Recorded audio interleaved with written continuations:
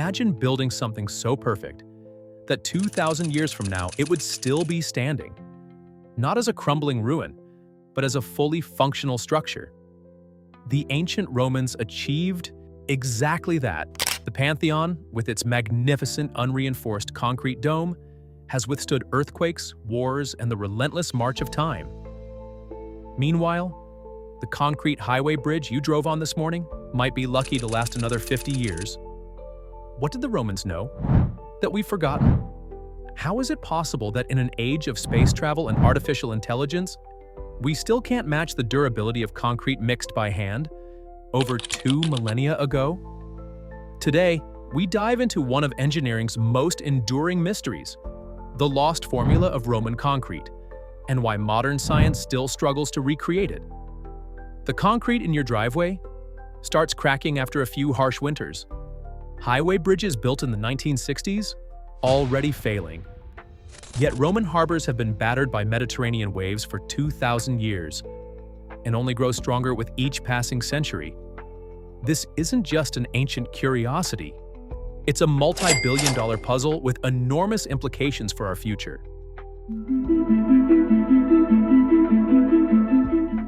Modern concrete is essentially a mixture of Portland cement, water, sand, and crushed stone or gravel.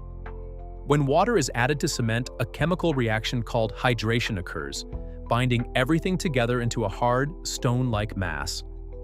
Roman concrete, or opus cementicum, followed a different recipe. According to Vitruvius, a Roman architect from the 1st century BCE, their formula started with quicklime made by burning limestone. But here's where things get interesting. The Romans added volcanic ash. And not just any volcanic ash, they were incredibly specific about which deposits they used.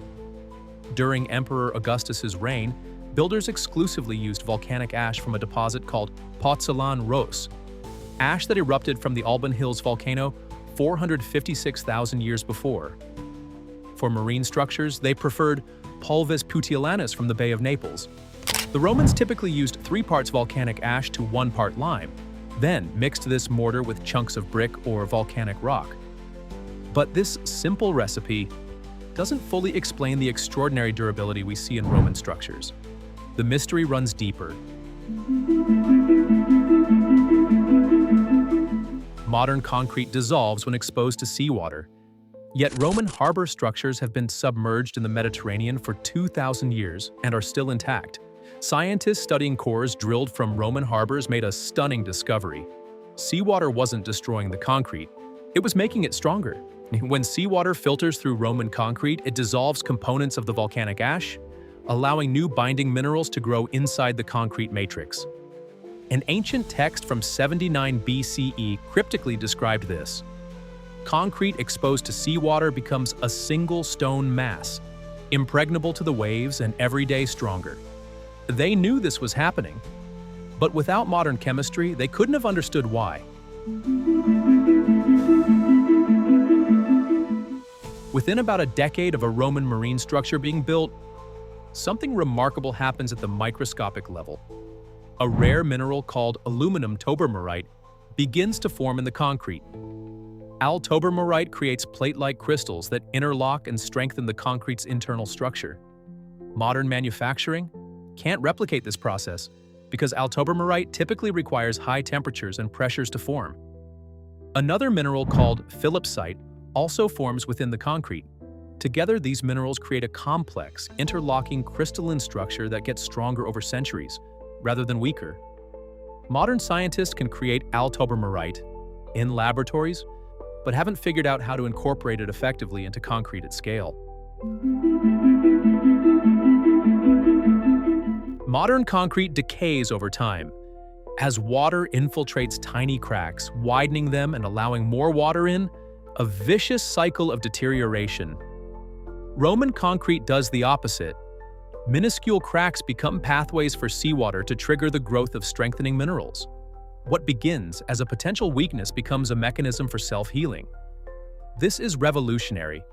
Roman concrete doesn't just resist time, it harnesses time as an ally.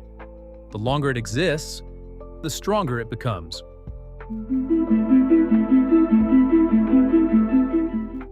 Despite all our scientific advancements, we still don't have the exact formula for Roman concrete. Researchers have analyzed samples and have a general idea of the components, but the precise mixing methods, curing times, and specific material preparations remain elusive.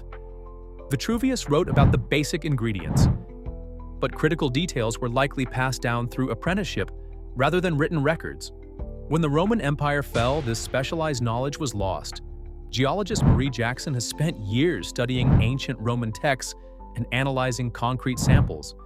Yet she acknowledges the recipe was completely lost. Here's perhaps the most counterintuitive aspect of Roman concrete. It's actually significantly weaker than modern concrete, at first. Modern concrete has a compressive strength about 10 times greater than Roman concrete. By all engineering standards, the modern material is better for immediate load-bearing purposes. But this initial strength comes at a price: durability. Modern concrete may be stronger on day one, but Roman concrete is still standing 2,000 years later. This presents a fascinating paradox. Our advanced materials are designed for immediate performance, while Roman concrete was designed for eternity.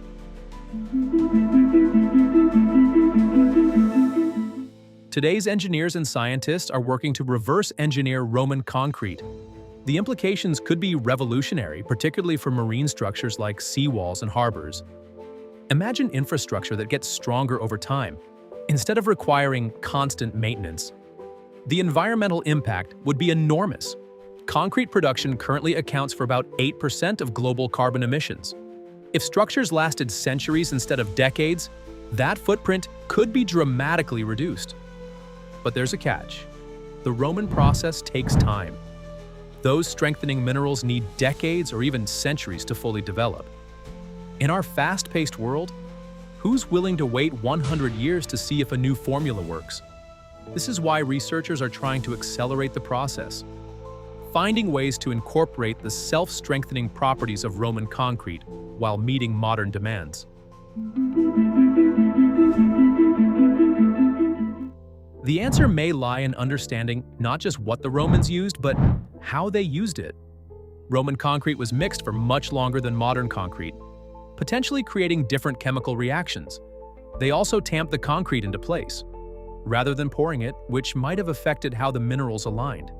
Even the specific quarries where they sourced materials might hold clues.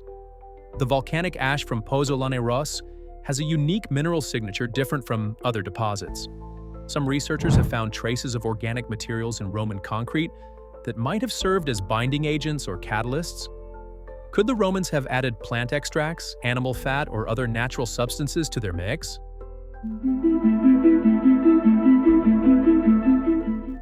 What would it mean if we could finally crack the Roman concrete code?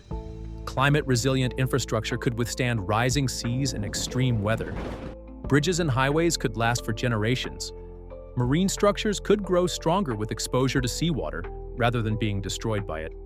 Some innovative companies are already incorporating volcanic ash into Roman-inspired concrete mixes. But these modern approximations still don't fully replicate the self-healing properties of true Roman concrete. The quest continues, and with each discovery, we get closer to unlocking a secret that was once common knowledge. A reminder that sometimes the most advanced technology isn't the newest, but the one that stands the test of time. So, the next time you see workers patching cracks in a relatively new concrete structure, remember the Pantheon's dome, still perfect after nearly 2,000 years. The Romans weren't just building structures, they were building legacies. If you found this exploration of ancient Roman concrete fascinating, give this video a like and subscribe for more historical mysteries that continue to baffle modern science. Thanks for watching.